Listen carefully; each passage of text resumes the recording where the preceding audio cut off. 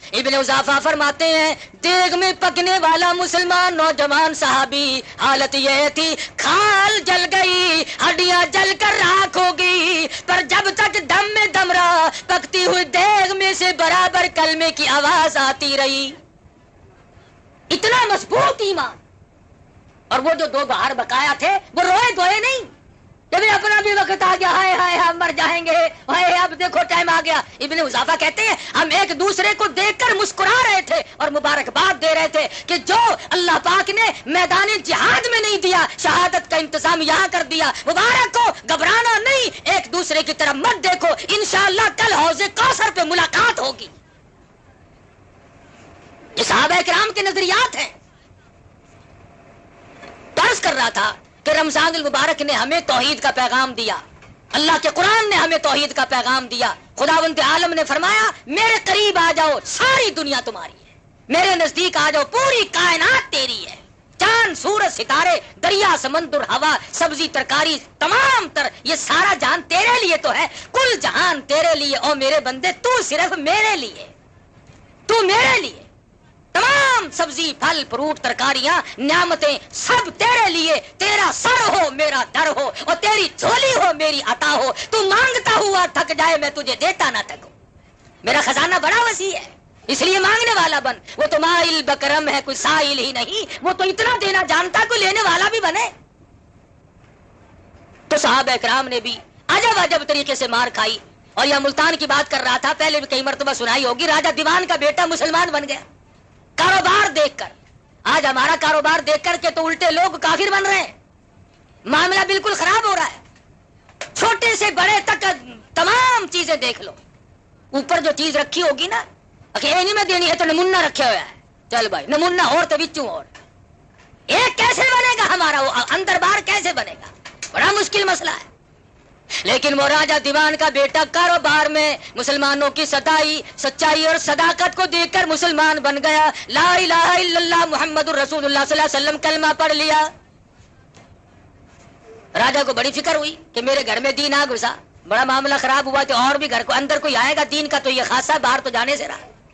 اس نے ہندوستان سے جگہ جگہ سے پنڈت لوگ طلب کیے, بلائے, میرے بچے کو سمجھاؤ بے دین ہو گیا مسلح بن گیا, بڑا کام خراب ہے, میری تو آبرو گئی. بڑے پنڈت آئے, بڑا سمجھایا, دیکھ اسلام میں یوں ہے, یہ مسلمان نے کہا کچھ بھی ہو, جب میں کلمہ پڑھتا ہوں میرے دل کی رگوں میں ٹھنڈ پڑتی ہے. جب میں خدا کا کلمہ پڑھتا ہوں کہنے لگا آسمان زمین روشن ہو جاتے ہیں, کفر اندھیرا ہے ایمان اجالا ہے. ایک پنڈت بڑا چلاک تھا, کہنے لگا کہ اگر یہ اسی طرح جمع رہا تو اس کے ساتھی تو یہاں اور بے شمار پیدا ہو جائیں گے, کوئی ایسی تدبیر نکالو کہ نہ رہے بانس اور نہ بجے بنسری, یہ مر جائے. لگا میاں اور نوجوان کیا کلمہ پڑھتا ہے تو چھوڑتا نہیں کہ نہیں, کہ اچھا ہم تجھے یہ لوہا گرم کر کے دیتے ہیں 5 منٹ تک سینے سے لگا کے دکھا. پہلے تو دل میں ذرا خوف سا کھایا کہ بھی آگ کا کام تو جلانا ہے. پھر سوچا اللہ پاک کی آگ بھی مخلوق ہے, اور میرے مالک آگ بھی تیری مخلوق ہے, میں بھی تیری مخلوق ہوں, کلمہ چھوڑنے کے لیے میں تیار نہیں, مر جاؤں تو مجھے کوئی انکار نہیں, کوئی بات نہیں. اور لوگوں تاریخ گواہ ہے, یہ ملتان کا چوک بازار شاہد ہے, راجہ دیوان کے بیٹے کو گرم گرم لوہا کر کے لوگوں نے دیا, 5 منٹ کے بجائے گھنٹوں سینے سے لگائے کھڑا رہا, اور کھلی آنکھوں سے دیکھا گرم گرم سرخ لوہے کے اوپر زندہ کیڑی مکوڑے اوپر سے گزر رہے ہیں پھر رہے ہیں. سمجھ گیا جو ذات ان کی حفاظت کر سکتی ہے وہ میری بھی نگہبانی فرمائے گی. راجہ دیوان کے بیٹے کے ایمان کا مظہر اور قوت اور مضبوطی اور جرأت دیکھ کر شاہی خاندان اور راجہ کے خاندان کے 600 کافر مسلمان بن گئے. 600 آدمی کلمہ پڑھ کر مسلمان بن گیا. تو آج وہی ایمان پیدا کیجیے, اسی جذبے کو اپنائیے, اور اللہ پاک سے یہ دعا بھی کیجیے کہ اے اللہ رمضان کی آخری رات ہے, وہ ایمان دے جو صحابہ کو ملا, وہ ایمان دے جو مجاہدین کو ملا, وہ ایمان دے جو شہداء کو ملا. الحمدللہ رب العالمین. ابھی نماز جمعہ کے